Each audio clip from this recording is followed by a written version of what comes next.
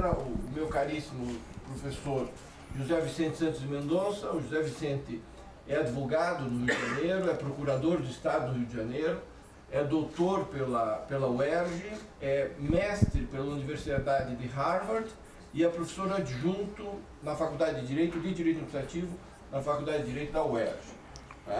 E a palestra dele vai ser bastante apetitosa, especialmente já viu o pessoal da agência reguladora já se preparou para ver os modos de usar do abuso do poder regulatório. Então vamos aqui... Como abusar? Como abusar? Aí o Zé efetivamente vai fazer o passo a passo do abuso do poder regulatório.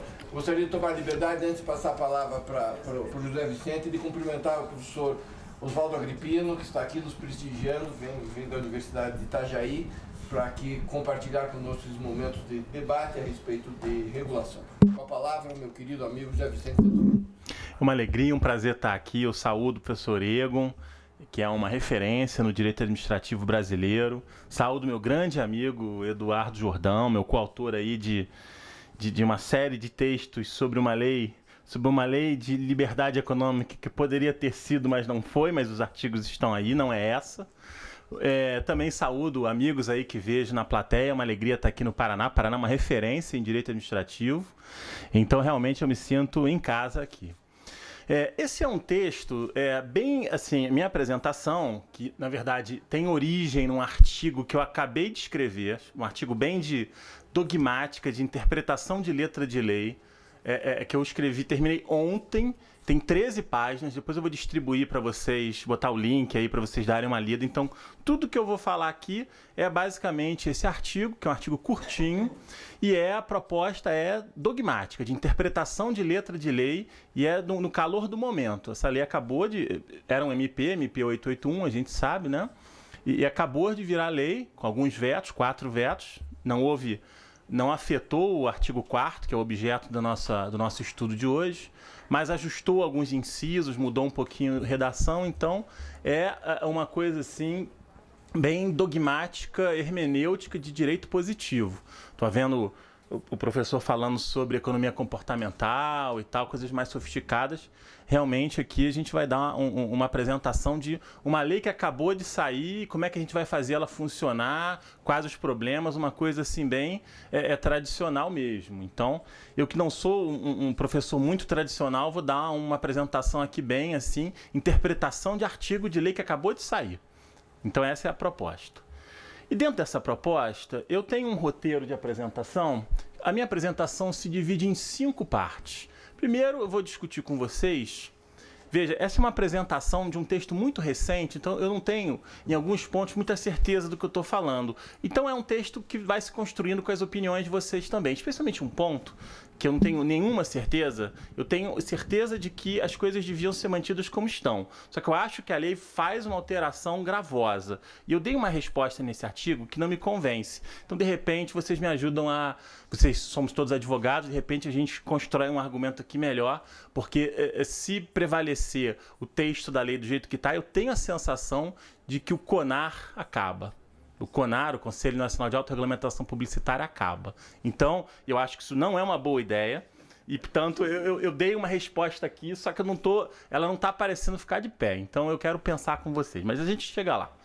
Então, o primeiro ponto da minha apresentação é a quem se destina, a quem se dirige esse artigo 4º da lei 13.784 de 2019. Depois eu vou falar sobre aspectos gerais do abuso de poder regulatório.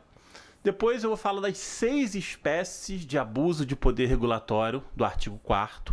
O artigo 4º tem 9 incisos. Eu juntei eles, eu estruturei eles em 6 espécies, porque parece que faz sentido que sejam 6 espécies, 5 muito importantes e uma coisa mais secundária. Depois eu vou apresentar alguns desafios dessas normas. São várias normas num único artigo, num único dispositivo, uma norma com vários incisos, e depois breves palavras de encerramento. É uma lei recente, uma MP também recente, né, enfim, que decorreu a lei, e a categoria abuso de poder regulatório, assumida enquanto tal, e com a definição que tem o artigo 4º, é uma categoria nova. Basicamente o abuso de poder regulatório, um abuso na regulamentação da lei. É um abuso regulamentar feito para regulamentar a lei de direito econômico, lei econômica. Então vamos estudar isso aí.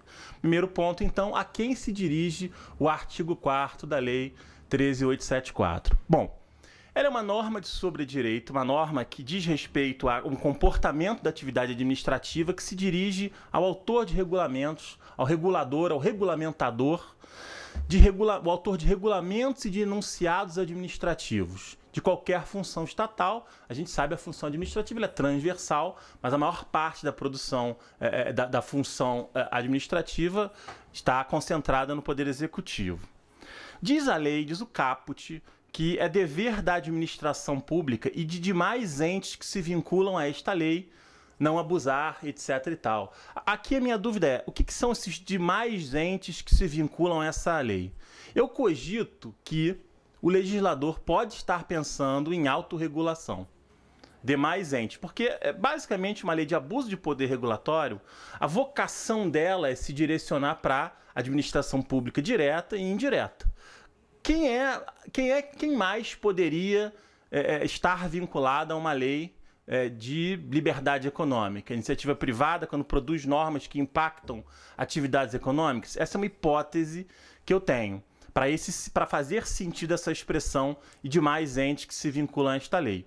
No entanto, e esse é um ponto que se contrapõe a essa minha conclusão de que então isso se destinaria à administração pública e entidades privadas exercendo funções autorregulatórias, a lei fala no artigo 4º normas públicas.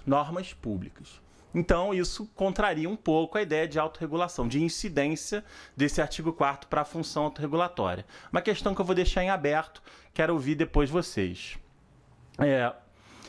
O dever, a lei, é uma observação interessante que um aluno meu, até colega de um advogado que está aqui, o Renato, que é membro, aliás, do meu projeto de extensão UERJ-REG, conheçam o meu projeto de extensão, a lei fala assim, é dever evitar o abuso de poder regulatório.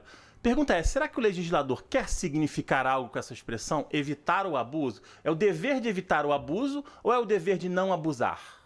Porque faz um pouco de diferença isso. O dever de evitar o abuso parece que é uma coisa um pouco mais principiológica, uma diretriz, ao passo que o não abusar é um comando mais peremptório. Não abusar ou é o dever de evitar o abuso, mas, de repente, você deve evitar beber muito, professor Ego, mas você saia hoje, mas evite o excesso. Então, não beba é um comando mais peremptório do que dever de evitar o abuso. Isso é uma questão, será que o legislador quis dizer algo? Ou será que foi simplesmente uma má redação? O que não me espantaria, porque a lei parece mal redigida mesmo, né? Talvez, no artigo que eu escrevi, eu botei que o dever de não evitar o abuso equivale, o legislador, na verdade, quer dizer, o dever é de não abusar do poder regulatório. Mas, de repente, alguém vai dizer que o dever é o de evitar o abuso, mas, de repente, é me dar esforços para não abusar.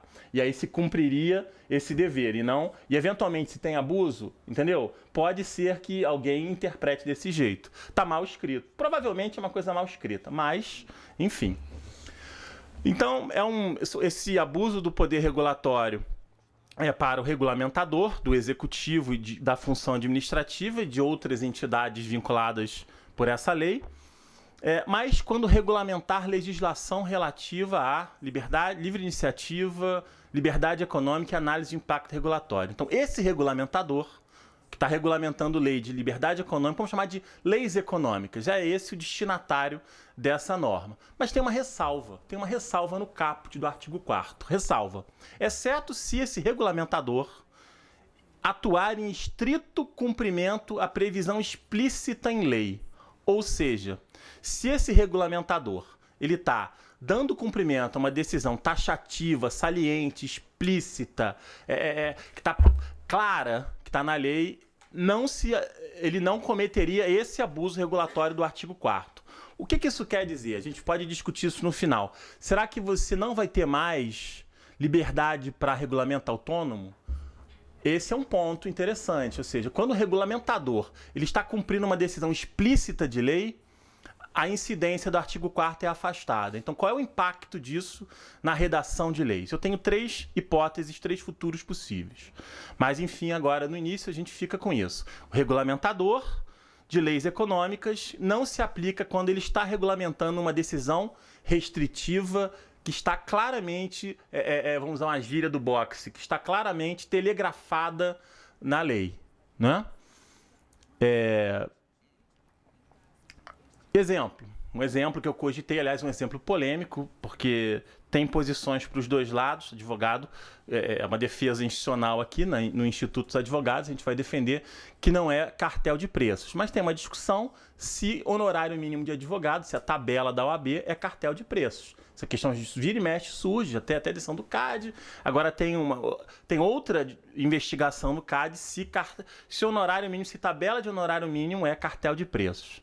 Pela redação do artigo 4º, isso não estaria submetido a ele. Por quê? Porque o regulamento que rege os honorários mínimos, o artigo 111 do regulamento da OAB, cumpre uma determinação clara e explícita do artigo 58, inciso 5 da lei da OAB, que fala: os conselhos regionais regulamentarão honorários mínimos. E aí tem lá o artigo 111 do regulamento da OAB que regulamenta honorários mínimos. Então, esse regulamento não incide nesse abuso do poder regulatório, porque se trata de um regulamento, de uma decisão clara e explícita tomada pela lei. Agora, se a lei se ela viola a liberdade da concorrência, etc. e tal, é uma outra discussão que é polêmica em si mesma. Agora, eu estou dizendo o seguinte: o artigo 4º não incide em relação ao artigo 111 do regulamento da OAB, porque ele regulamenta uma decisão clara e explícita do artigo 58.5 da lei da OAB. Caso essa exigência legal não seja explícita, ou caso essa regulamentação possua traços de autonomia, aí então há espaço para a incidência do artigo 4º. Avancemos. Um ponto importante, então: boa parte da regulação promovida pelas agências reguladoras encontra-se submetida ao artigo 4º, porque boa parte dessa atividade normogenética das agências, ela tem base em leis quadro, que são as leis das agências. Em regra, adotam técnica de delegações abertas. Então, boa parte da atuação normogenética das agências, boa parte do poder regulador, do poder normativo das agências reguladoras, em princípio, está, sim, submetido ao artigo 4º. Aspectos gerais do abuso de poder regulatório. Primeiro, o artigo 4º da lei fala, o título, a seção, fala das garantias da livre iniciativa. E aí o artigo 4º é basicamente o que consta das garantias da livre iniciativa. O que é a livre iniciativa? Uma compreensão dogmática bem assim de manual. Uma boa definição de livre iniciativa, uma boa compreensão de livre iniciativa é a do professor Nelson Nascimento Dias, que trabalhava no escritório do professor Luiz Roberto Barroso, e, portanto, o Barroso absorveu essa compreensão, mas eu acho muito didática, inclusive ele adota esse conceito nos seus votos, enfim, eu já vi, tem curso doutrinário. Livre iniciativa, a categoria livre iniciativa, se decompõe em 4 elementos: propriedade privada, liberdade de contratação, liberdade de fixação de preços e condições de venda e liberdade de empresa, nos termos 170, parágrafo único. 4 elementos da livre iniciativa. Livre iniciativa seria isso.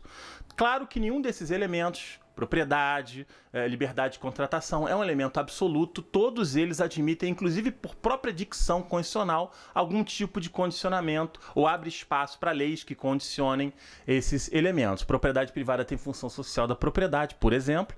Liberdade de contratação tem uma série de leis que limitam possibilidades contratuais. Então, você tem CLT, você tem CDC, você tem, enfim, diversas regras que limitam a liberdade contratual. Inclusive, o regulamento da OAB limita a liberdade de contratação de honorários.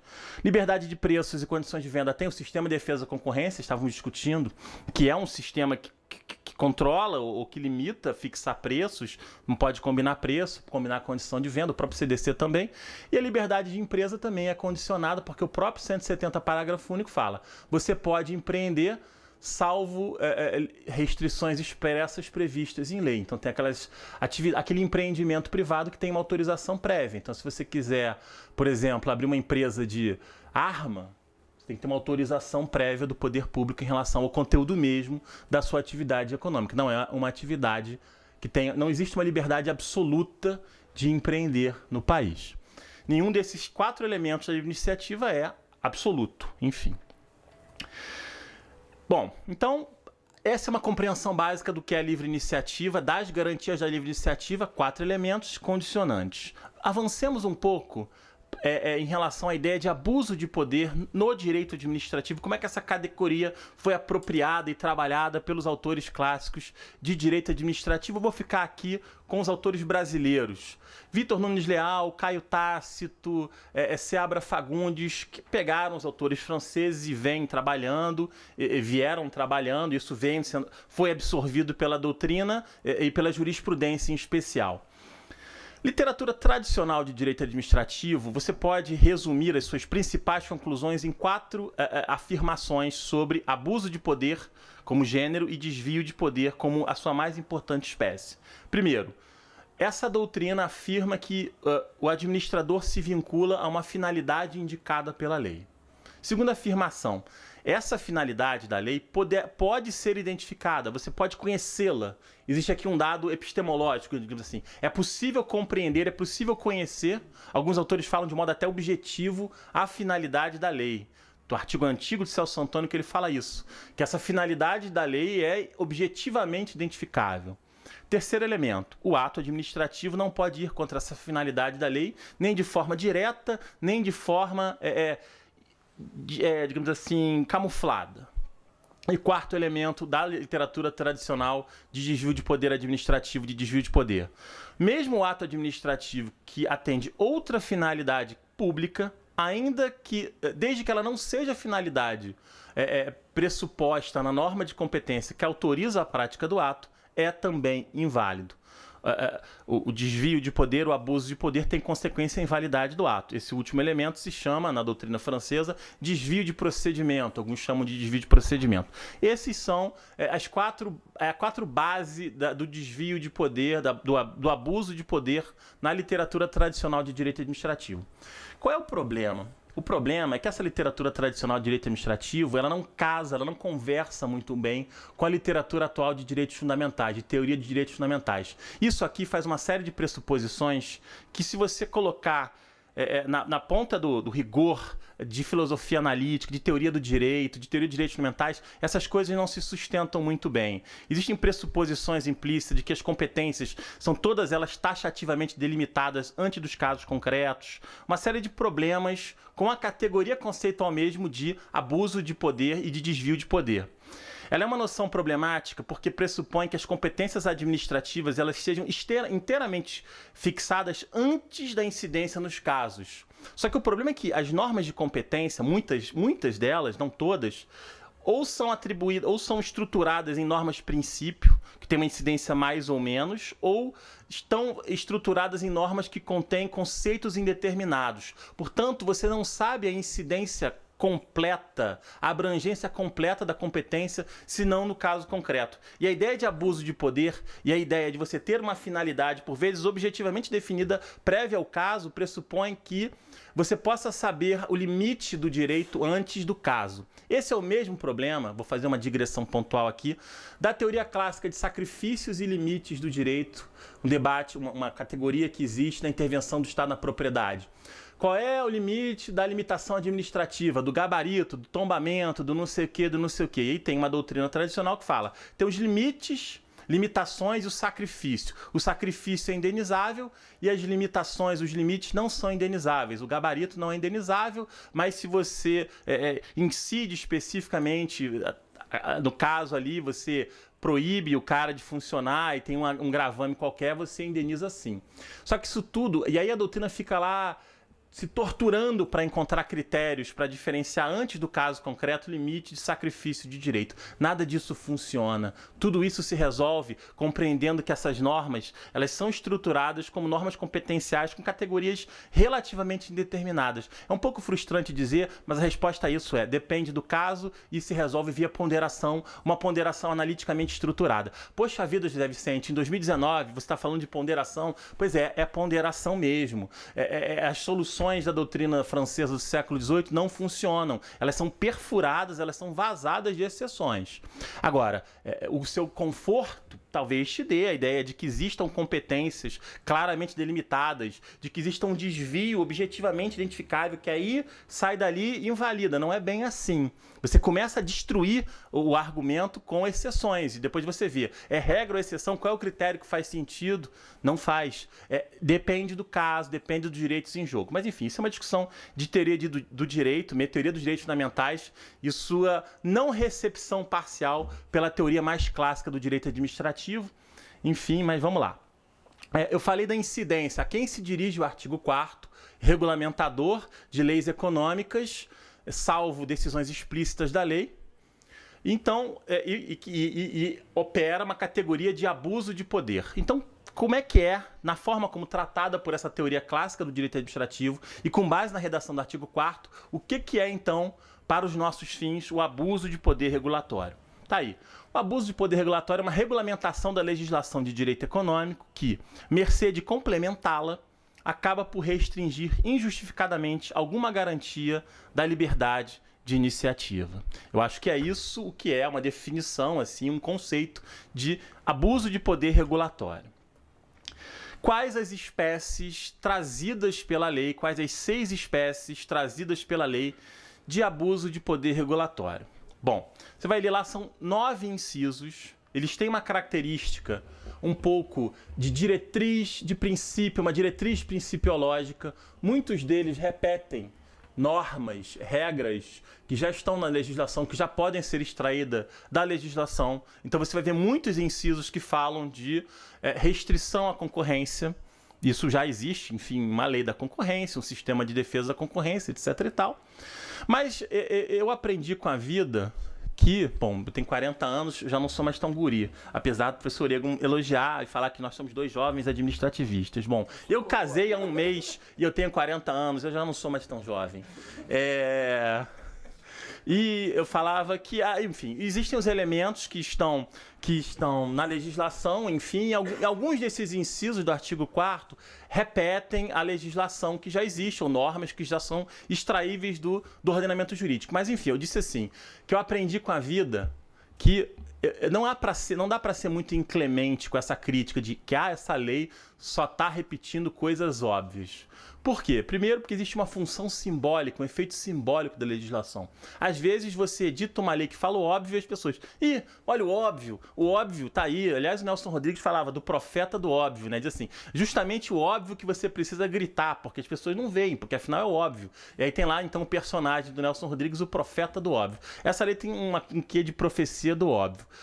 Então, enfim, às vezes o profeta do óbvio precisa estar lá gritando as suas obviedades. Segundo elemento, uma coisa que o Seabra Fagundes falava, que um texto antes da Constituição de 88, e tinha uma coisa, os anteprojetos e tal, muito longo, essa Constituição vai ser muito analítica, que talvez não seja muito elegante. E ele, num texto, falava assim, que no Brasil é necessário dizer as coisas, escrever as leis, dizer as coisas tintim por tintim, senão ninguém cumpre. Então, de repente, você precisa ter uma coisa dizendo, não pode combinar a condição de venda, não pode fazer isso. É claro que isso tudo já estaria resolvido num princípio geral de garantir as condições de mercado, mas, de repente, detalhar comportamentos é uma forma de fazer com que aquilo ganhe efetividade social. Então, o efeito tintim por tintim do Seabra Fagundes e a legislação simbólica, Marcelo Neves tem um livro sobre isso, são 2 elementos que devem constar da nossa crítica à obviedade da legislação. Às vezes, a legislação tem que ser óbvia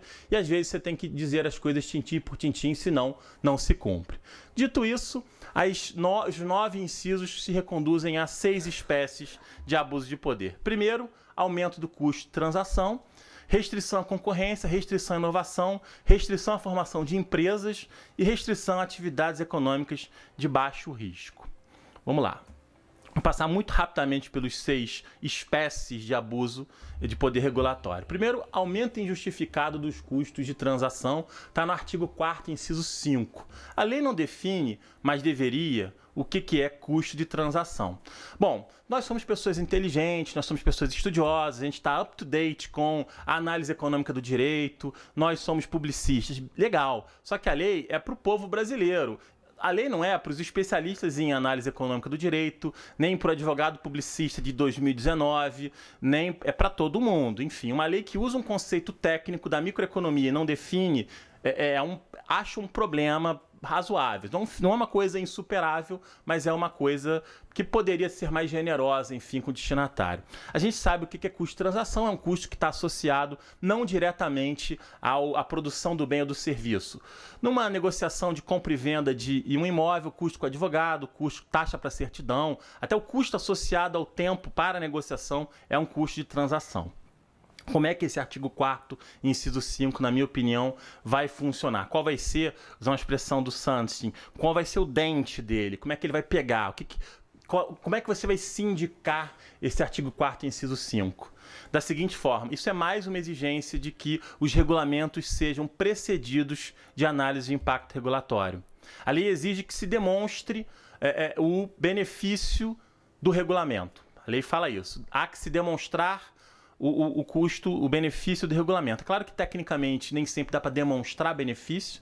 Muitas vezes a IR só cogita dos benefícios com uma plausibilidade maior ou menor, mas enfim, esse artigo 4º, inciso 5 não edite regulamentos sobre matéria de legislação econômica que não superem validamente uma análise de impacto regulatório, que seja capaz de cogitar com razoável plausibilidade os custos que os custos desse regulamento superem com alguma plausibilidade os possíveis malefícios do regulamento.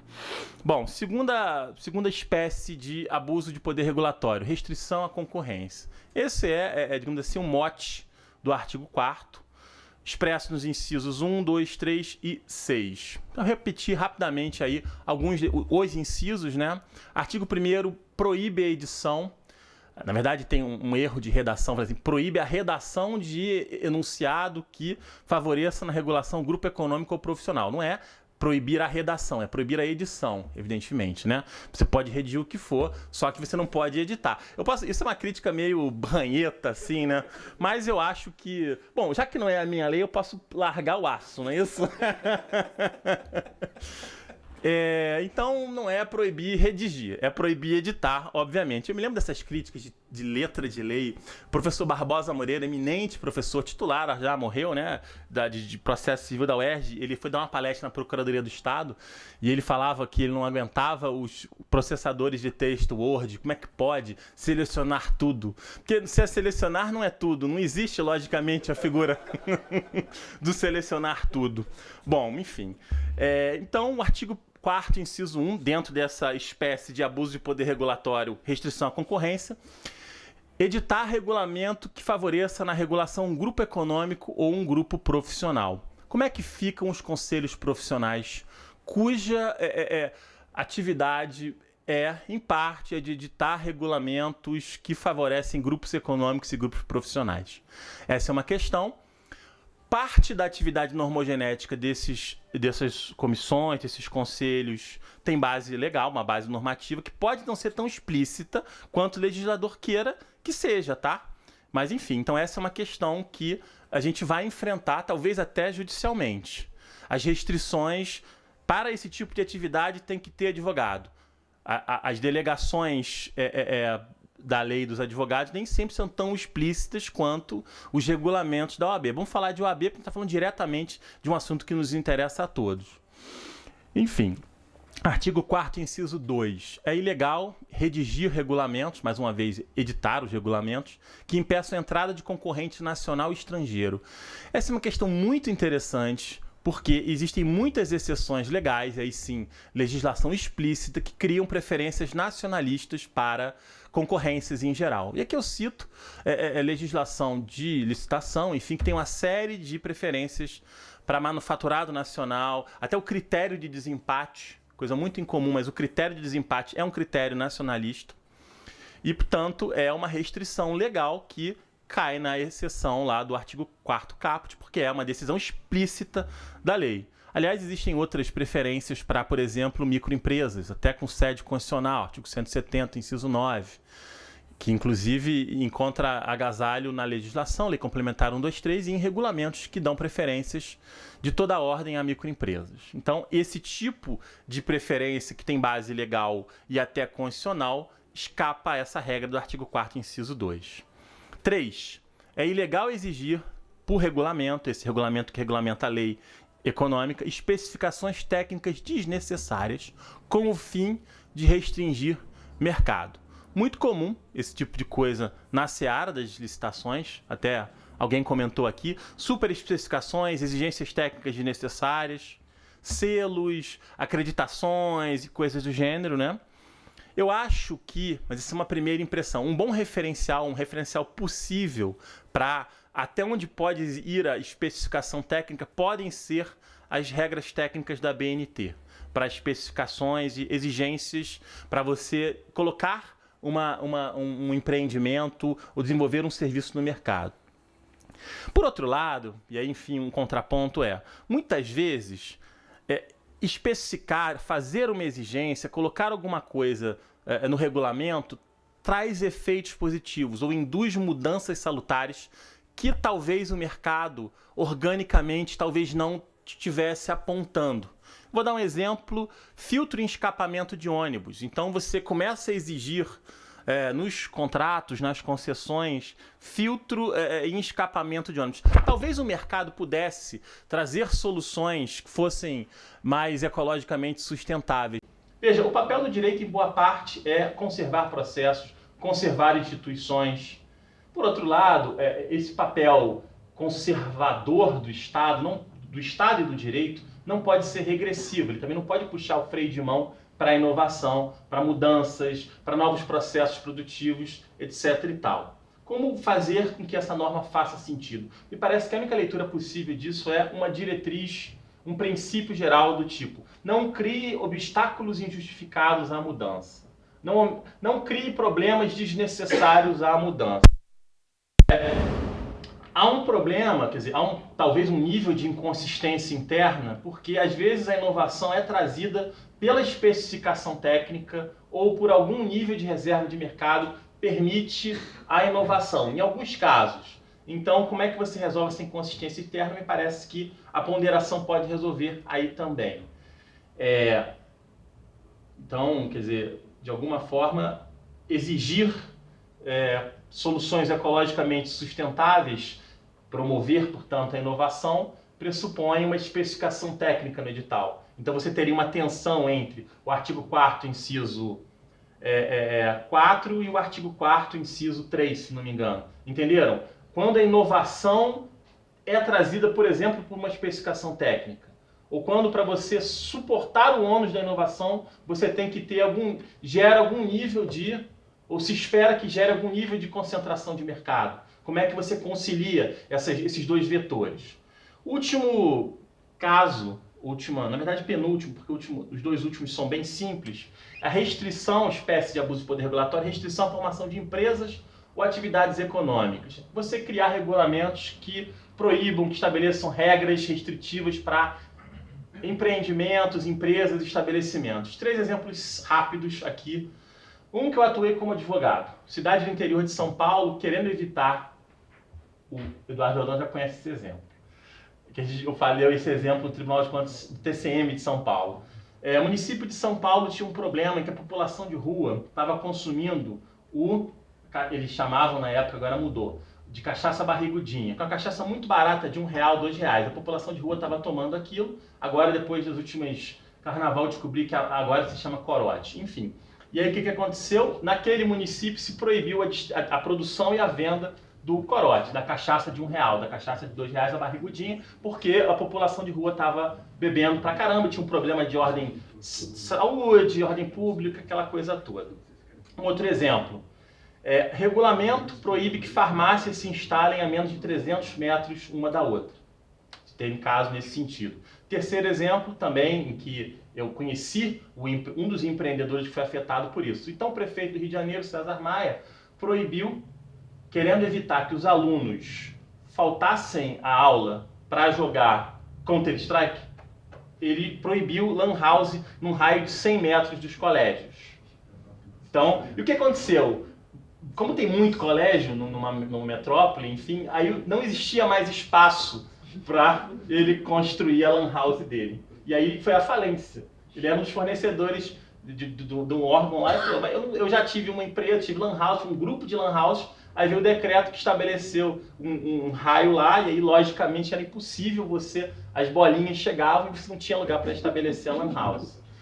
Enfim, esse tipo de restrição à formação de empresa ou de atividade econômica, me parece que está abrangido, esses regulamentos, esses decretos estão abrangidos por essa incidência, por esse artigo, esse inciso do artigo 4º. Questão de saúde pública, questão de ordem social não se resolvem penalizando empresas. Bom, penúltimo espécie, restrição à comunicação comercial. Regulamento não pode restringir propaganda e publicidade de empresas e empreendimentos, salvo exceções previstas em lei e na Constituição. Tem uma exceção clássica que é do artigo 220, parágrafo 4º. Medicamento, remédio, terapia, tabaco e armas. Inclusive, houve um banimento da propaganda de tabaco no Brasil, isso está em discussão do Supremo, porque o artigo 220 fala que a propaganda deverá conter informações sobre os malefícios associados ao consumo. E há uma lei que proíbe a propaganda de tabaco no Brasil. A discussão é, será que proibir não é ir contra a lei, a Constituição? Porque a Constituição fala a propaganda deverá conter informação sobre o malefício do cigarro. Então, existirá propaganda? Estaria lendo o 220, parágrafo 4º. Enfim, mas isso é uma discussão para outro dia. Inclusive, eu sou parte interessada nisso aqui também, porque eu advogo para a empresa de tabaco. Então, saibam que eu estou aqui, disclaimer, né? Agora, um negócio que eu estava falando com vocês, se você pegar esse artigo 4º, inciso tal, que fala que você não pode ter nenhum tipo de restrição à comunicação comercial, não ter regulamento, como é que ficam as decisões, especialmente o Código de Autorregulamentação Publicitária do CONAR? Se você pegar a letra da lei, não tem eu procurei, antes de escrever esse artigo, a delegação do CONAR é uma coisa muito genérica, de uma lei de 65, fala, e vai ter uma regulamentação aí, e é o CONAR, e o CONAR vem funcionando. E proíbe propaganda, e proíbe restrições, e com menor não pode, o álcool não pode, isso, aquilo, aquilo outro. Tem várias regras que não tem uma base explícita numa lei, uma decisão legislativa clara. Será que tudo se tornou ilegal? Eu disse no meu artigo assim, tem um plexo normativo de defesa, que é CDC, que é o Estatuto da Criança e Adolescente, que é isso e aquilo. Mas eu não estou muito convencido, não. Porque assim, não sei se, pela letra da lei, parece que acabou a autorregulamentação publicitária. A não ser, você vai ter que editar uma lei de autorregulamentação. Aí acabou, né? A autorregulamentação enquanto tal, isso é heterorregulamentação. Você vai ter que tomar decisões explícitas proibindo certos tipos de propaganda.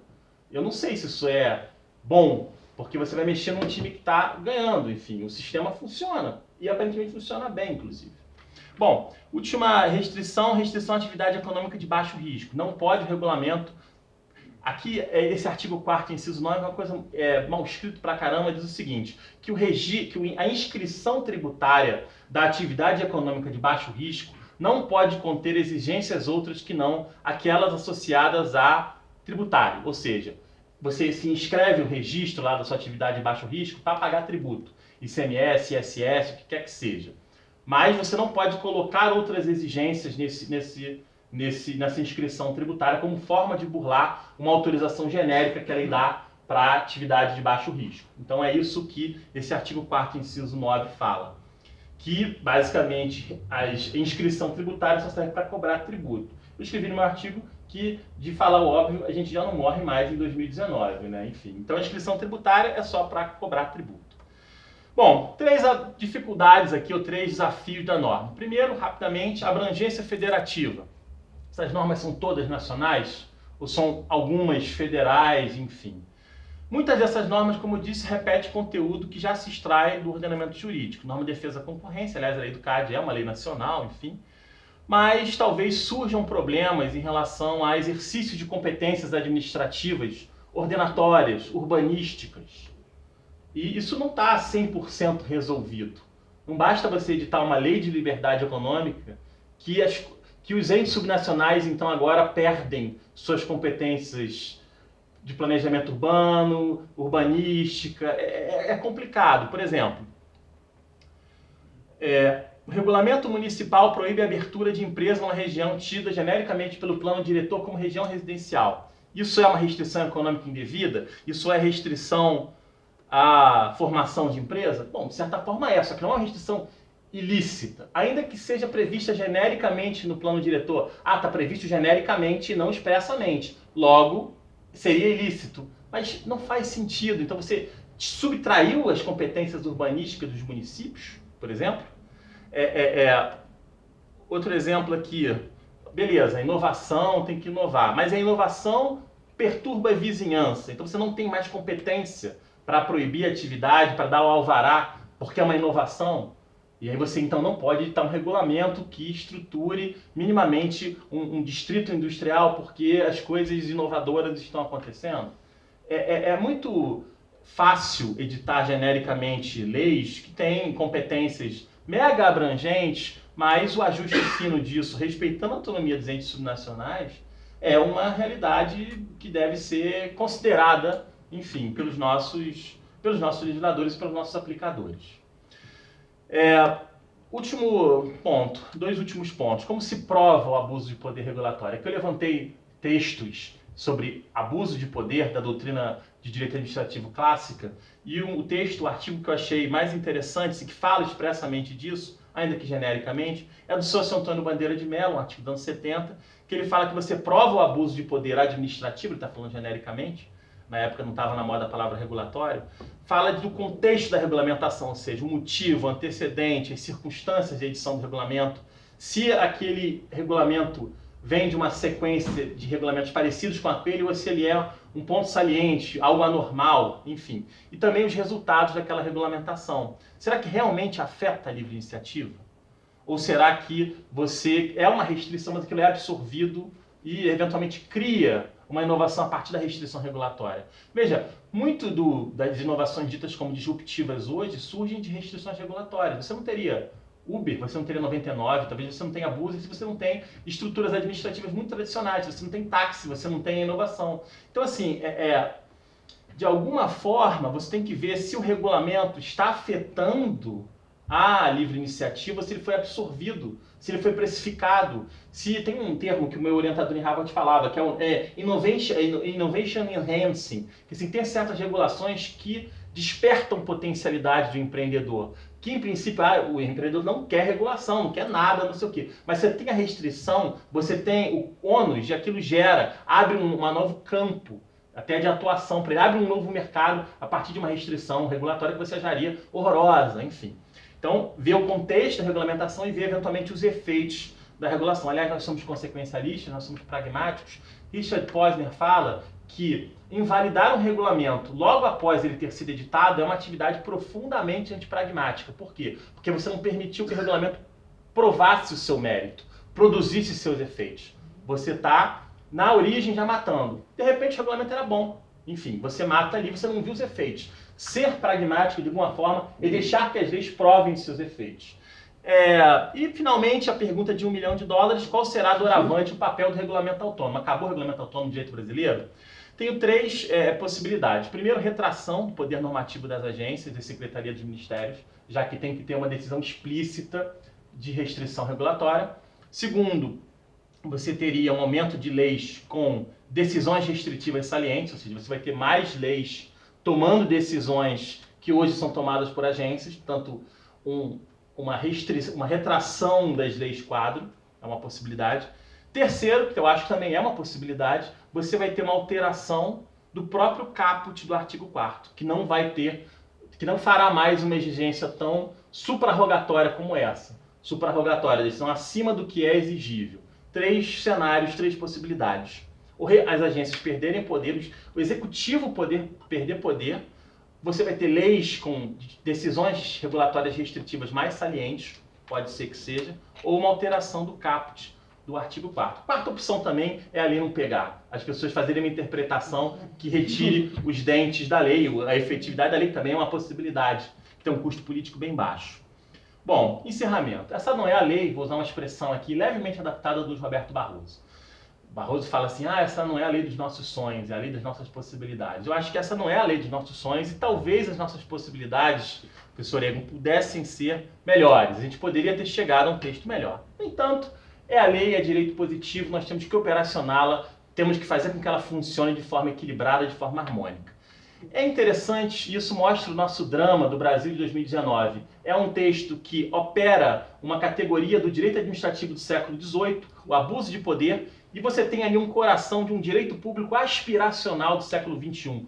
Custo de transação, análise de impacto regulatório. Você tem um Porsche com motor de fusquinha. Enfim, você tem uma aspiração com uma base bem de uma categoria tradicional de direito público e direito administrativo. Temos que operá-la, temos que extrair o melhor que ela puder nos dar. Enfim, acho que esse é o papel dos advogados, dos juristas, dos operadores em 2019. Eu agradeço mais uma vez ao professor Egon, agradeço ao Instituto dos Advogados do Paraná, uma alegria, saúde aí, professor Jordão, perdão aí pelo avançado da hora aí, mas enfim, vamos aí para perguntas.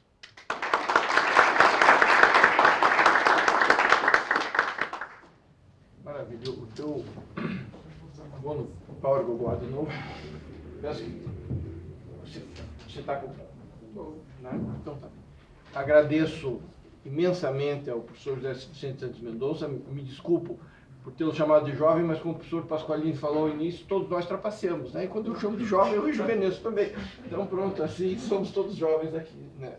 Nessa mesa. Eu acho que o teu já está ali. Tem que trocar, mas ele está com... Ah, não, coloca, não, mas coloca ali.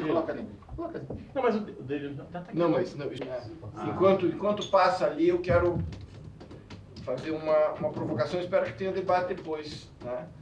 Será que essa lei, esse artigo 4º, quando fala em regulamentos e livre iniciativa, ele está se dirigindo para o 170 e para a livre iniciativa puro sangue? Ou será que ele pega o 175 e o serviço público? Será que a agência reguladora, ou seja, ele está na Anvisa, mas ele não está na NTT? Mas a Anvisa regula a atividade privada, tabaco, por exemplo. Sim, sim, né? mas Eu entendi. É liberdade de iniciativa. É mas só algumas agências. Exatamente, aquelas que tratam de atividade privada. De serviço público, que não é liberdade econômica. Uhum. Será que elas estão abrangidas? Mas a gente vai ver isso depois. Eu passo a palavra daqui a pouquinho ao meu querido Eduardo Jordão. Eduardo Jordão é advogado, professor da Fundação Getúlio Vargas do Rio de Janeiro, é mestre pela USP, é LLM pela London School of Economics, é doutor em Direito pela Sorbonne e pela La Sapienza, dupla titulação, queria perder tempo, estava lá, né? Fez os dois ao mesmo tempo. Né? A tese dele, que é sobre controle da administração pública complexa, foi eleita a melhor tese de doutoramento da Sorbonne, melhor tese estrangeira do ano, e depois disso ele já fez um pós-doutorado em Harvard.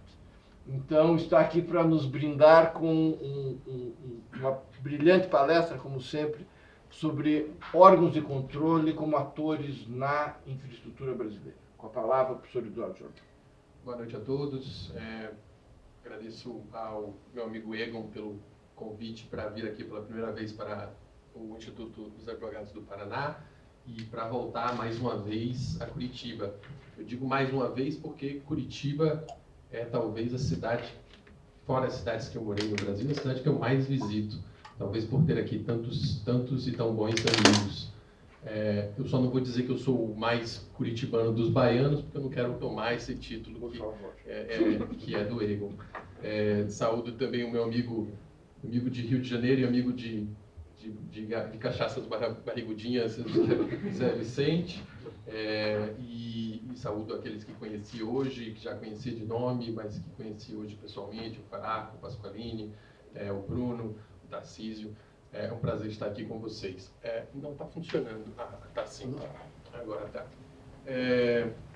Bom, há cerca de 2 meses, o novo presidente do BNDES anunciou a sua nova diretoria, com 11 nomes. E um fato que chamou a atenção de muita gente é que dos 11 novos diretores, 3 eram ou atuais membros do TCU ou ex-membros do TCU. Esse fato chamou a atenção de vários analistas, e alguns deles, eu incluído, escreveram que isso poderia ser um sinal de de uma nova etapa do movimento expansionista do TCU sobre os órgãos reguladores. A literatura já documenta uma série de reclamações, por exemplo, de extrapolação de competências do TCU e de assunção pelo TCU das competências originárias dos reguladores. Mas essa nova etapa poderia ser ainda mais grave, porque poderia significar que o TCU não apenas ocuparia os espaços decisórios das diferentes agências reguladoras, mas que passaria a ocupar o seu próprio espaço físico, passaria a ocupar a diretoria de diferentes agências reguladoras. É óbvio que, do ponto de vista dos órgãos jurisdicionados, do ponto de vista daqueles órgãos que estão submetidos à fiscalização do TCU, importar membros ou ex-membros do TCU é totalmente compreensível como forma de preservação. Você se aproxima do TCU, você tem ali um membro que vai ensinar como é que o TCU entende que devam ser feitas as coisas e, portanto, é um movimento natural. Do ponto de vista mais amplo do desenho institucional dos diversos setores regulados, no entanto, isso poderia significar um desequilíbrio de forças para os órgãos controladores. Esse é um movimento recente. Pesquisa empírica feita pela FGV Direito de São Paulo não identifica, até o ano de 2013, nenhum membro diretor de agências reguladoras que tivesse passado ligado ao TCU. No entanto, o caso do BNDES, por mais que chame a atenção pelo número, não é o único. Recentemente, a gente teve outros casos. Por exemplo, um ex-auditor do TCU foi nomeado diretor da NTT, um auditor federal e ex-chefe de gabinete de um dos ministros do TCU foi nomeado presidente do CAD, é o atual presidente do CAD. Outro ex-auditor foi nomeado subchefe de assuntos governamentais da Casa Civil. Bom, o alerta de alguns dos analistas até fez com que o TCU vetasse a ideia de envio de algum dos quadros, ou de permitisse que algum dos quadros fossem ocupar essa diretoria do BNDES, no caso, e isso deve ser algo que vai ser replicado para eventuais nomeações de outros membros do TCU para outras agências reguladoras. De todo modo, esse episódio pode funcionar como um gatilho para discutir o papel dos órgãos de controle como atores relevantes dos setores de infraestrutura. Vocês vejam bem que, na teoria, a regulação dos diferentes setores de infraestrutura, ela cabe principalmente ou mesmo exclusivamente aos diferentes órgãos reguladores. Na teoria, seriam, portanto, as diferentes agências reguladoras, aquelas que seriam responsáveis por determinar os contornos concretos da regulação dos diferentes setores da infraestrutura e que realizariam, portanto, as suas escolhas fundamentais. Isso é a teoria. E os diversos controladores, nessa teoria, nesse cenário, eles teriam uma atuação bastante secundária e, na verdade, atuariam apenas pontualmente ou para corrigir algum defeito ou para restaurar uma legalidade que tivesse sido circunstancialmente violada pelos reguladores. O fato é que a prática é bem diferente disso. Então, os controladores, e isso já é algo bem assentado na doutrina, são atores não coadjuvantes da infraestrutura, mas são atores principais, em alguns casos assumem o papel de os atores principais de alguns setores específicos, porque às vezes tomam as decisões fundamentais sobre como regular aqueles setores, às vezes intervêm tanto no espaço decisório das agências reguladoras que acabam determinando diretamente como aqueles diversos setores devem ser regulados. Alguns já falam do TCU como um órgão supra-regulador, um órgão o mais importante dos reguladores brasileiros. O fato é que até recentemente denúncias desse tipo de gigantismo dos controladores eram largamente ignoradas e negligenciadas na doutrina jurídica brasileira. Havia um certo otimismo generalizado com a figura do controlador, como se nada de ruim pudesse advir da intervenção do controlador. Aquela expressão que conhecemos do absolutismo francês do "the king can do no wrong", le juge ne peut mal faire, como se o controlador também não pudesse fazer nada de ruim. A justificação da atuação do controlador é feita, em alguns casos, inclusive, com argumentos altamente superficiais, como, o controlador não deve atuar, mas o gestor não vai errar? Evidentemente, o gestor pode errar, mas não se deve excluir a hipótese em que o gestor acerte e que depois o controlador venha desfazer acertos ao invés de simplesmente corrigir erros que tenham sido cometidos. O fato é que talvez esse otimismo generalizado se explicasse pelo fato de que dar poder ao controlador é, no fundo, dar poder aos bacharéis de direito, a nós. Somos nós que podemos entender e saber quais são as diferentes decisões que podem ser tomadas nos diferentes setores de infraestrutura. Então, não se poderia esperar que viesse de nós mesmos a crítica a um estado de coisa que nos dá tanto poder. O fato é que, sob uma perspectiva social mais ampla, é urgente valorizar e fomentar uma visão mais realista do controlador. Isso pode significar duas coisas diferentes. Do ponto de vista dos fatos, uma visão mais realista do controlador, ela exige que se entenda como se dá a realidade dos poderes, dos comportamentos dos controladores, tais como efetivamente exercidos, e não apenas como eles vêm descritos nas normas e como eles estão prescritos ali, como eles deveriam, como esses diferentes controladores deveriam se comportar. Alguém que conheça, por exemplo, as normas de regência constitucionais da atuação do TCU se espantaria se comparasse essas normas de regência constitucional com a atuação concreta do TCU hoje em dia, que dista bastante e extrapola bastante essas competências constitucionais. Do ponto de vista analítico e não fático, ter uma visão mais realista do controlador é ter uma visão um pouco mais cética sobre a conveniência social das intervenções dos controladores, no sentido de que o controle sempre gera custos e, portanto, é essencial perguntar quando incorrer nesses custos vai valer a pena, dadas as circunstâncias de um caso concreto. Pois bem, eu vou usar o tempo que tenho aqui na minha palestra de hoje para reportar algumas das análises, alguns dos estudos que em que tenho participado ao longo dos últimos anos, com esse objetivo de conhecer melhor a realidade da atuação de três diferentes instituições de controle, ou instituições que têm competências de controle. O Poder Judiciário, o TCU e o Congresso. A ideia é relatar, levantar alguns dados, eventualmente levantar um debate sobre a atuação de cada um deles e, eventualmente, encorajar novas investidas acadêmicas semelhantes. O meu... Está funcionando? Tá. Pois bem, você está me ajudando aí, é isso, né? Não. Podemos ajudar. Mas você quer? Não, acho que não. É barato, hein? É o controlador. É o meu controle. O controle aqui é excesso de controle, né? Abuso de poder É descoordenação. Bom, em relação ao Poder Judiciário é naturalmente o mais óbvio dos controladores, dos reguladores no setor de infraestrutura, e há duas hipóteses de estudo possíveis aqui sobre a atuação desse tipo de controlador nos setores de infraestrutura. Uma primeira hipótese é em relação ao modelo de Estado regulador em si. Como se comportou o Poder Judiciário quando foi instado a se pronunciar sobre o modelo do Estado regulador em si? Essa é a primeira hipótese. A segunda hipótese é como se comporta o Poder Judiciário num controle mais pontual, relativo àquelas decisões tomadas pelos diferentes reguladores nos diferentes setores de infraestrutura. Então, são duas hipóteses diferentes que geram estudos diferentes, e eu queria mencionar aqui aqueles em que participei.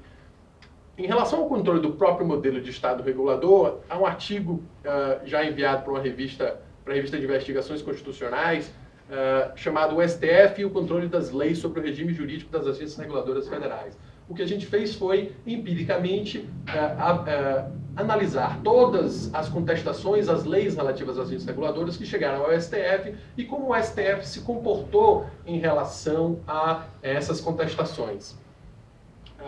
Uma primeira observação importante é que o STF funciona claramente como um espaço de contestação política desse modelo de Estado regulador. A gente vê isso, por exemplo, pelos postulantes. A maioria dos postulantes dessas ações diretas de constitucionalidade são os partidos políticos que se viram derrotados, talvez, na discussão política relativa à elaboração ou à concepção desse Estado regulador. A maioria, inclusive, das contestações vem de partidos mais à esquerda do espectro político brasileiro.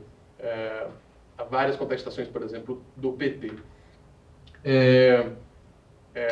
E em relação a como o STF se comportou em relação a essas contestações, há 2 blocos de período relacionados a essas ações. A gente tem ali umas primeiras decisões que vão entre 1998 e 2005, a gente passa 10 anos sem nenhuma, quase 10 anos sem nenhuma decisão do STF sobre o assunto, e depois tem uma nova fase de decisões sobre o modelo jurídico das agências reguladoras.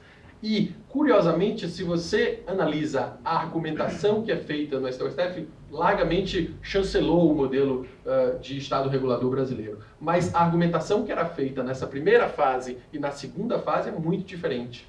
Então, a primeira fase você tem uma argumentação que pode ser resumida da seguinte forma: olha, vocês não têm que se preocupar com a autonomia decisória das agências reguladoras, porque a gente pode controlá-las posteriormente. Tanto o Poder Executivo, controlando pelos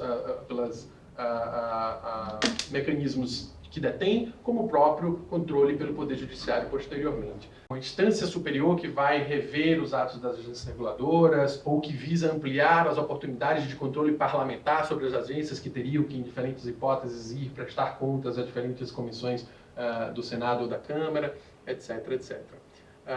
Se você vir as iniciativas legislativas ao longo do tempo, essas são relacionadas com a agência, e aqui separadas pela sua substância, perdão, você percebe que, a partir de 2014, você tem um aumento significativo de proposições relacionadas a controle. Então, você vê que recentemente há um acréscimo grande, um crescimento grande de proposições legislativas voltadas a aumentar o controle das agências reguladoras. Boa parte dessas medidas está relacionada com a criação de projetos de decretos legislativos, que são justamente a atuação do Congresso com base na competência que lhe dá o artigo 49 da Constituição. O que aconteceu, parece ter acontecido, é que a Constituição permitia que o Congresso fizesse esse controle das normas das agências desde 96, quando foi criada a primeira agência, já estava isso lá na Constituição, mas eles não se tinham atentado para isso. Até que em 2014 teve uma primeira decisão rumorosa em que essa competência foi utilizada, que foi para derrubar uma resolução da Anvisa que vedava o uso de substâncias inibidoras do apetite, que é utilizado contra a obesidade. A Anvisa passou essa resolução vedando o uso dessa substância. O Congresso resolveu derrubar essa decisão, essa resolução, e essa decisão foi tão rumorosa que abriu os olhos do Congresso para o fato de que eles tinham esse mecanismo que eles não estavam usando. Então, a partir de 2014, você nota que eles começam a utilizar essa competência para controlar uma série de outras normas exaladas pelas agências reguladoras que são impopulares. A última delas, mais recente delas e mais rumorosa delas, foi a resolução da ANAC, que liberava as bagagens, a cobrança de bagagens despachadas. Então a ANAC passou uma resolução liberando essa cobrança, as pessoas não gostaram porque ninguém quer pagar por cobrança por bagagem, a gente quer, na verdade, que as outras pessoas que estão no avião paguem pela nossa bagagem, o que é melhor. E aí você teve o Congresso entrando nessa questão e o Senado especificamente passando um PDC para tentar derrubar essa resolução da ANAC. Nisso, o que parece interessante observar também no caso desses PDCs é que muitas vezes eles extrapolam a competência constitucional que a Constituição dá ao Congresso. Então, o que a Constituição fala no artigo 49 é que o Congresso Nacional, pela via de decreto legislativo, pode suscitar atos administrativos que exorbitem do poder regulamentar ou dos limites de delegação legislativa. Portanto, se o Congresso quisesse cassar uma decisão de uma agência reguladora, uma resolução de agência reguladora, precisaria mostrar que houve extrapolação das competências legislativas. Quando você lê os PDCs que tentam derrubar as resoluções das agências reguladoras, na maioria dos casos, eles simplesmente demonstram uma discordância em relação àquela decisão específica daquela agência reguladora. Esse é o caso, por exemplo, da resolução da ANAC sobre a cobrança de bagagem despachada. Se você lê a exposição de motivos do PDC do Senado sobre isso, basicamente eles dizem que aquilo não é bom, que não vai ser bom para o consumidor. Não dizem, no entanto, que a ANAC não tem o poder não têm a competência específica para passar aquela norma, como eles deveriam fazer. Então você vê, o Congresso tentando limitar a agência, que estaria extrapolando os seus limites, fazendo isso extrapolando seus próprios limites de controlador. Não está fácil para ninguém. Mas o curioso é que só o judiciário, por exemplo, é que é conservador. Todos os outros extrapolam. O judiciário não sei em que medida é conservador. O judiciário, acho que você quer dizer de relação ao que faz em relação às agências. Ele parece confirmar, numa das vezes, a decisão da agência. Então, quem tem o direito de errar por último, prefere errar com o regulador. Mas os demais não. Os demais parecem estar dispostos a avançar. Mas isso também considere também que essa foi um retrato de apenas 3 dos controladores. Não lembro se foi o Faraco ou se foi o Bruno que falou posteriormente. Há outros controladores, inclusive o CAD é um controlador também de reguladores em certa medida, dependendo de como você considere o que é controlador nesse caso. E, portanto, pode haver outros deles que também não são tão deferentes como você está interpretando que o judiciário é. Eu também não sei se dá para dizer claramente que o judiciário é deferente. Que o judiciário vai controlando o meu tempo aqui, provavelmente. Mas, enfim. Te colocou obrigado. Antes que me controlem com meios mais... Antes que usem o TACAP que está ali atrás do Egon, eu me despeço dizendo que, portanto, a ideia era dar um relato sobre diferentes iniciativas acadêmicas para tentar entender a realidade de diferentes controladores como forma de ter uma visão mais real e, portanto, poder agir ou criticar, analisar a realidade do nosso Estado regulador. Bom, muito obrigado, boa noite.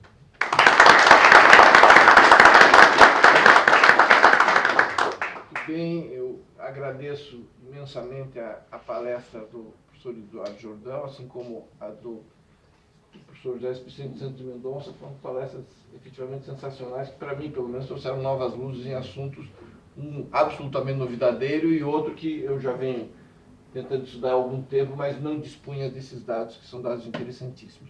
Eu pergunto ao presidente se a gente pode fazer algum debate.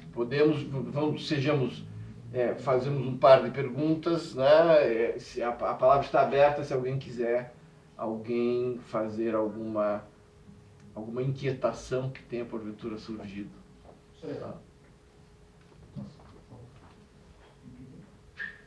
Com licença. Pois não, por favor. Fernando Gustavo e o trabalho do Tribunal de Contas do Estado do Paraná. Eu acho, antes de tudo, agradecendo a oportunidade de estar aqui e agradecendo aos palestrantes, porque, afinal de contas, foram temas muito diferentes, mas complementares. Então, de fato, foi uma noite esclarecedora para todos nós. Boa noite a todos, vou ser breve. Eu sou Edivaldo Agripino, sou advogado lá em Santa Catarina. Trabalho numa área marítima, portuária e aduaneira. É uma área que há necessidade de ter uma boa regulação. E queria parabenizar, então, o professor Egon pela excelência de dois professores, Eduardo Jardim e José, lá da UERJ, né, onde eu me graduei lá em 92, na turma do Aragão, que já teve banca aqui na Univale também. Assim, eu queria só fazer um pequeno comentário, né, da experiência que eu tenho como advogado junto à ANTAC e ao TCU, e eu concordar um pouquinho com o que ele disse ali, porque ninguém vai ao TCU quando há necessidade de ter uma regulação técnica no setor, né, se não passar pela agência, pelo menos no meu caso. Esgota-se a competência da agência em função, no caso, da inexistência de uma regulação adequada, que está dando problema, empresas estão sendo extorquidas por cobranças abusivas. Você faz a denúncia para a ouvidoria, pedindo regulação, vai para a superintendência entende que não, vai para a diretoria e a diretoria, sem fundamento algum, entende que não tem competência para regular aquilo ali. Aí você vai para o TCU, o TCU a gente pede a auditoria operacional, já foram 4 ou 5, e essa auditoria, lá no final, tem recomendação e determinação. Porque, como ele colocou, o nível de de qualificação e de estabilidade e de experiência com auditorias e o grau de tecnicidade dos auditores do TCU, estou falando aqui, talvez o Paraná também, né? É muito diferente uma conversa com uma Cefit de transporte, hidrovia, como quando você vai conversar com o diretor de agência, que foi nomeado, por exemplo, agora recentemente, pelo Michel Temer, sem nenhuma vivência de mercado. Então, professor Eduardo, eu queria assim, ouvi-lo, que eu acho que o foco é importantíssimo na pesquisa, mas isso tem muito a ver com o sistema político, o grau de indicação, de nomeação de diretores para a agência.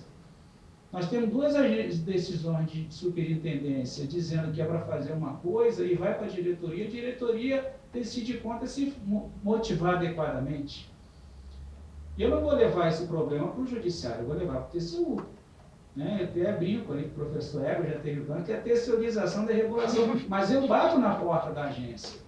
Porque se levar para o juiz federal lá de primeiro grau, ele vai dar uma liminar e vai gerar um problema danado, ou não vai dar, porque ele não está capacitado. Então, talvez, professor Dória, eu queria que comentasse essa questão aí, que eu acho que o problema está no Congresso Nacional e no Executivo, né? Nessa banalização de indicações para diretores de agência reguladora, sem ter vivência no mercado e sem prestigiar a tecnicidade, né? Que aí eu acho que dessa problemática toda que a gente vivencia aí, no caso do ANTAC, por exemplo, só agora no final de 2017, que editou uma norma para proteger o usuário. A agência com 16 anos não tinha uma norma para defender o usuário diante das cobranças abusivas de transporte marítimo. Então, só para comentar, agradeço e desculpa aí o atraso e parabéns ao professor Egon pela iniciativa, né? Não teria o melhor lugar para ser feito do que no Paraná. Passa a palavra para o professor Eduardo. Obrigado aos dois comentários.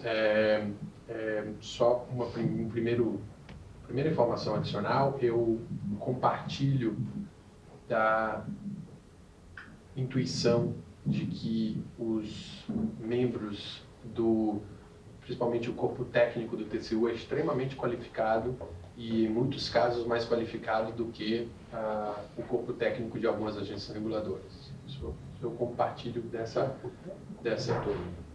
Oi? Corpo técnico ou a diretoria? Do quê? O corpo técnico do TCU é melhor do que a diretoria da agência reguladora. Você falou corpo técnico. Não, mas é exatamente o meu ponto. Agora, se a gente está falando...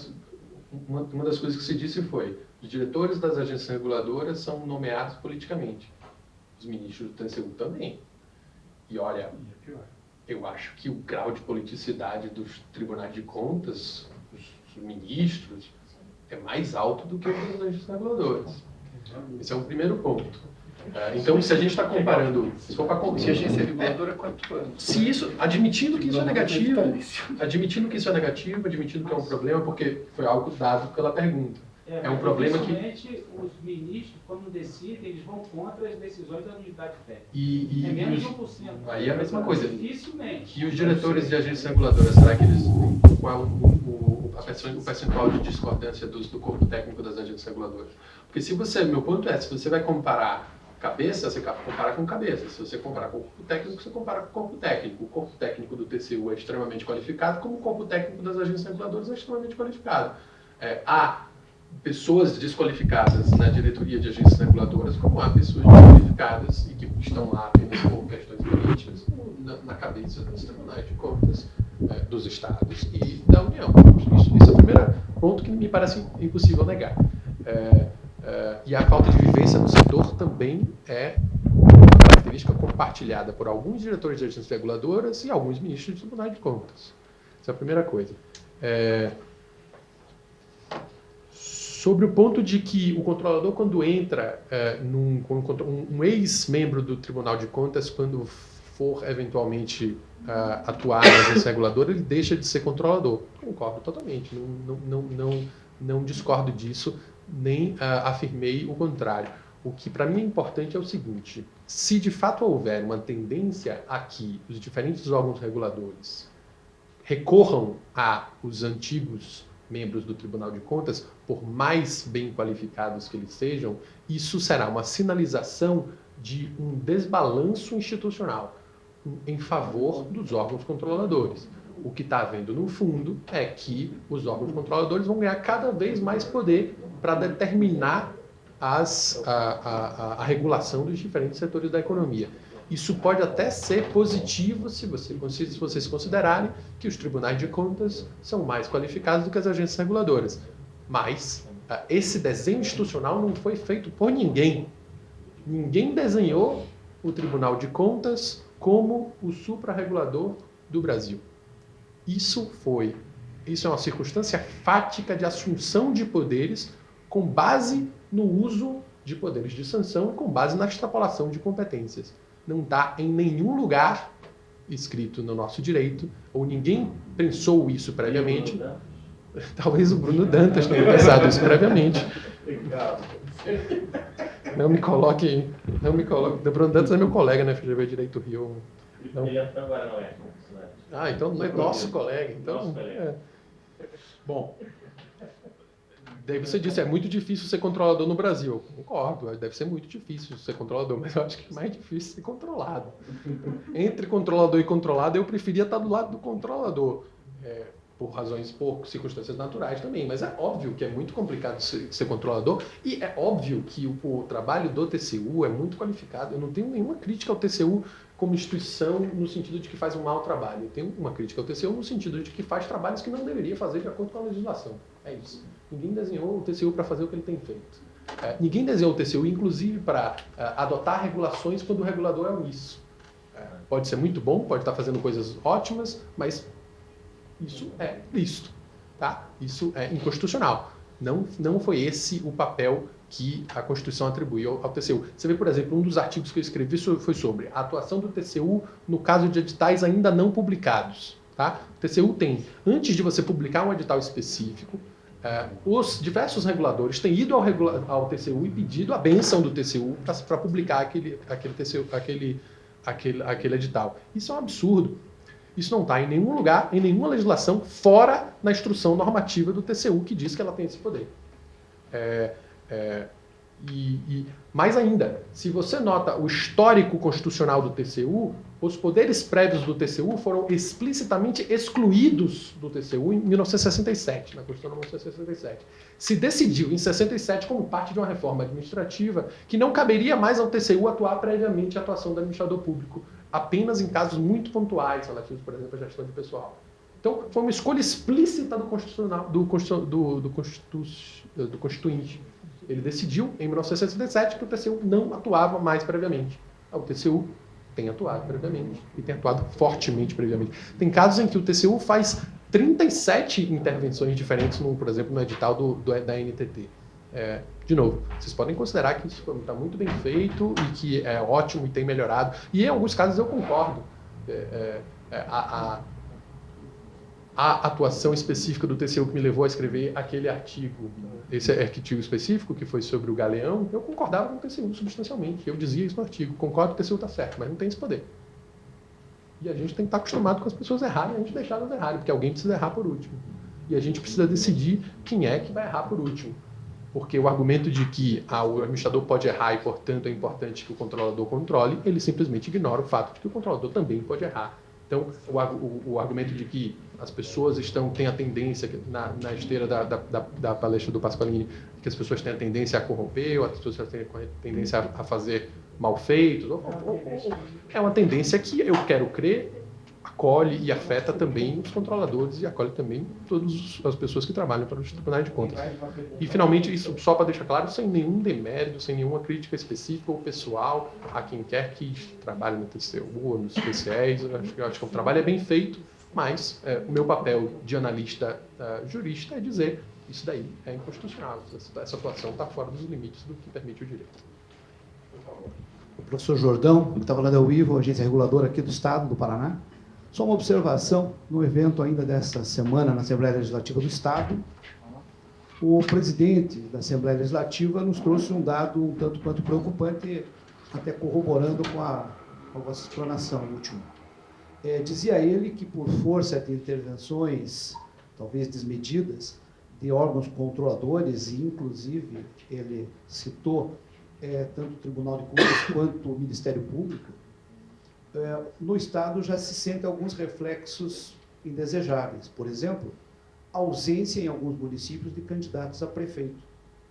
Nós temos dificuldades de encontrar, segundo palavras dele, em alguns municípios, pessoas dispostas a se submeterem, porque o risco e também a dificuldade que encontrarão com a demonização, né, frequente da atividade política tem afastado administradores, pessoas com boas qualificações desse ramo. Então, era só uma observação para colaborar com a vossa tese. E a doutrina administrativista tem falado muito do apagão das canetas, né? Ninguém quer tomar mais decisão nenhuma na administração pública. E é muito comum, quem advoga em infraestrutura, eu advogo há muito pouco tempo, mas eu já percebi que às vezes você está advogando por uma concessionária que tem um direito específico, você vai na agência reguladora, ela diz, eu concordo que você tem esse direito, mas eu não vou dar. Porque se eu der, o TCU vem em cima de mim, o TCM vem em cima de mim, o TCE vem em cima de mim. Então, aí ele sugere pra gente, sabe o que vocês fazem? Entrem na justiça, a justiça vai mandar eu fazer, eu faço. Olha que sistema disfuncional que a gente está gerando, que é um sistema em que ninguém toma mais decisão, ninguém quer mais se submeter a um risco de ser sancionado pessoalmente, e isso gera situações em que você simplesmente não tem mais decisões tomadas diretamente pelo controlador, mas só decisões que são determinadas pela justiça. Um diretor de agência reguladora com o qual eu conversei recentemente disse, vamos levar para arbitragem, porque lá se resolve, vocês têm razão, vocês vão ganhar, mas ganha lá, porque eu não vou dar. A última pergunta, agora vai ser um diálogo com a Arquia Latam, do meu querido Thales Moraes da Costa, advogado aqui em Curitiba, também doutor pela Sorbonne também, né? Também. Por favor, doutor Thales. Bom, boa noite, então, obrigado pela apresentação, pela oportunidade de falar. Seriam duas perguntas bem curtas e diretas sobre essa questão do grau de deferência que existe com relação ao Poder Judiciário, que o Poder Judiciário tem com relação às decisões tomadas pelas agências reguladoras. Você fez uma distinção em determinado ponto com relação à deferência quanto à amplitude, e aí você distingue entre a deferência quanto às questões de forma e deferência quanto às questões de conteúdo, né? E tem aí um percentual para cada uma. O que eu não ouvi na sua apresentação, mas talvez tenha no seu trabalho escrito, é se você leva em consideração o que foi requerido pela parte que levou a questão até o judiciário, porque que uma questão administrativa seja atacada pela forma e o juiz não se interessa pelo conteúdo, me parece algo perfeitamente normal, e não há de se ver aí uma questão que ele está sendo condescendente quanto ao conteúdo, simplesmente porque a questão não foi levada. E não existe, no que se refere ao controle desse tipo de ato administrativo, não existe um conhecimento de ofício do juiz e um poder de controle irrestrito quanto ao conteúdo e à forma do ato que está sendo submetido à sua análise. Então, gostaria de saber se você leva em consideração, na sua pesquisa, o que foi requerido pela parte no âmbito do controle jurisdicional.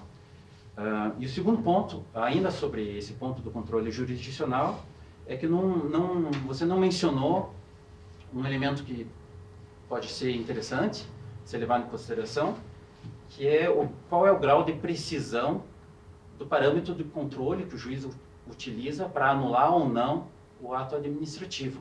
Ou seja, que o juiz anule um determinado ato porque o parâmetro de controle, a lei, dizia que ele, antes de proferir aquele ato, ele deveria observar um prazo de 10 dias para uma parte interessada, e ele não observa esse prazo de 10 dias e, portanto, o juiz anula, me parece que a violação é tão evidente que seria quase impossível imaginar um juiz que não anulasse.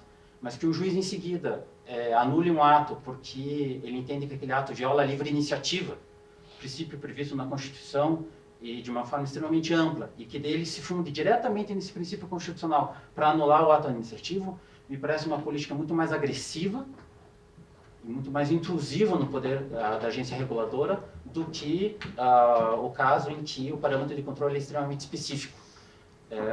Então, me parece que esse elemento é interessante, pertinente para avaliar o grau da deferência do Poder Judiciário. Gostaria de saber se você, por acaso, levou em consideração esses elementos. Obrigado. Por favor. As duas perguntas são extremamente importantes, relevantes. A gente levou ela em considerações no trabalho, mas o que eu vou te dizer agora vai te decepcionar. Em relação à primeira, não. A gente não leva em consideração qual foi o pedido. Eu sei que isso tem um impacto relevante, porque a gente não tinha acesso a esses dados. Então, o que a gente fez no artigo foi mencionar que existe esse problema, que, portanto, dizer que o juiz, em um caso específico, limitou-se ao controle de procedimento não necessariamente implica que ele tenha sido de fato deferente, porque aquilo pode ter sido o único pedido que fez a parte. De fato, você tem razão. A gente diz que a gente não tem como saber isso e que o que a gente espera é que esse tipo de problema seja corrigido nos números. Agora, isso significa o quê? Que o número de deferência pela amplitude do controle é totalmente...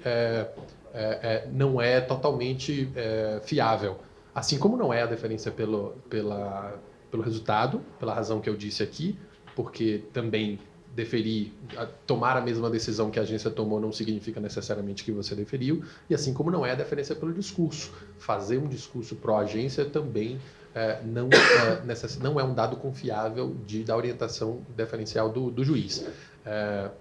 Ou seja, são 3 variáveis imperfeitas, sim, e elas se assumem imperfeitas no artigo, e por isso, na verdade, que a gente precisaria de 3 variáveis diferentes para que a gente possa tentar extrair alguma conclusão nos grandes números, mas são perfeitas, de fato. Isso é assumido pelo artigo, mas não tem outro jeito.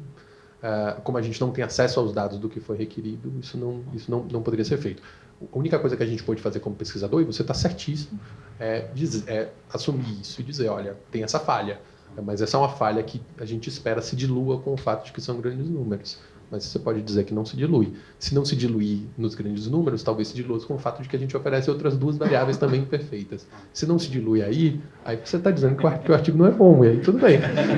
Não tem problema. Você pode também. Mas note que o recurso a diferentes variáveis imperfeitas, que não fazem uma variável perfeita, é uma forma de tentar desvendar o mundo, dado o que a gente tem. Mas você tem total razão. O que eu acho que seria uma falha imensa seria se o artigo não registrasse isso. Quanto a se ainda registrando isso é falho do ponto de vista acadêmico, é possível dizer isso, mas o jeito que a gente tentou corrigir foi com outras variáveis imperfeitas e que tentassem dar uma espécie de através de diferentes imperfeições, tentar chegar a alguma sinalização sobre a realidade. Uma sinalização imperfeita. Seria preciso diluir isso ainda mais em outros estudos sobre outras agências e talvez no futuro, com outros estudos desse tipo, a gente tenha uma imagem da realidade um pouco mais próxima um pouco mais precisa. O segundo ponto, a resposta era parecida, mas era o que mesmo? Era sobre... A questão da precisão do parâmetro de controle. Nessa pesquisa não, mas também assumo isso no texto do artigo, e por causa disso eu tenho feito uma pesquisa específica sobre deferência no caso de conceitos jurídicos indeterminados, que é o que mais me interessa, que é, por exemplo, meu objeto de tese de doutorado. Que se preocupava, portanto, porque eu acho que a grande discussão relativa à deferência judicial no Brasil, ela é referente à aplicação de conceitos jurídicos indeterminados. De fato, se a lei manda que a agência faça algo em 10 dias e a agência fez em 12, o juiz dizer que esse ato é ilegal, ninguém discutiria que isso está correto. O problema há quando, de fato, você tem um conceito jurídico indeterminado que, portanto, situação na qual o direito é incerto e aí abre-se espaço para toda a teoria relativa à deferência. Note que doutrinas deferenciais em outros países, elas se aplicam no caso de conceitos jurídicos indeterminados. Se você vira a formulação clássica de Chevron nos Estados Unidos, o que ele diz lá é, quando a lei não é clara, defira para a agência. Basicamente é essa formação. Quando a lei não é clara. Então, claramente seria um conceito em que há uma incertidão, não há uma incerteza, perdão, normativa, e, portanto, diz lá a doutrina relativa a Chevron que não há uma aplicação do direito, mas uma criação do direito. se trataria de criar a solução normativa e não aplicar a solução normativa. Na medida em que se trataria de criar a solução normativa, abre-se todo o espaço para a discussão de quem deve criar aquela solução normativa. E aí é que vem a ideia de que, dado que não há uma solução prévia do legislador, e dado que você tem que criar algo, é melhor que seja criado por uma instituição que foi desenhada para trabalhar com aquilo ali, do que por um juiz generalista, tal. Então, toda a teoria forte deferencial, ela de fato tem relação com a incerteza normativa, ou ambiguidade normativa na expressão usada por Chevron. Mas nesse artigo não, ele também é imperfeito por causa disso, mas eu estou fazendo uma pesquisa específica agora sobre aplicação de análise de conceitos jurídicos determinados. O campo forte para fazer isso é o do direito à concorrência, que tem uma série de conceitos jurídicos determinados que são operacionalizados e que, de forma mais ou menos definida, e isso pode ser discutido como controlar essas diferentes aplicações. Muito bem. Agradeço imensamente, agradeço aos senhores, agradeço especialmente ao nosso presidente, o professor, e declaro encerrado esse episódio. Obrigado a todos.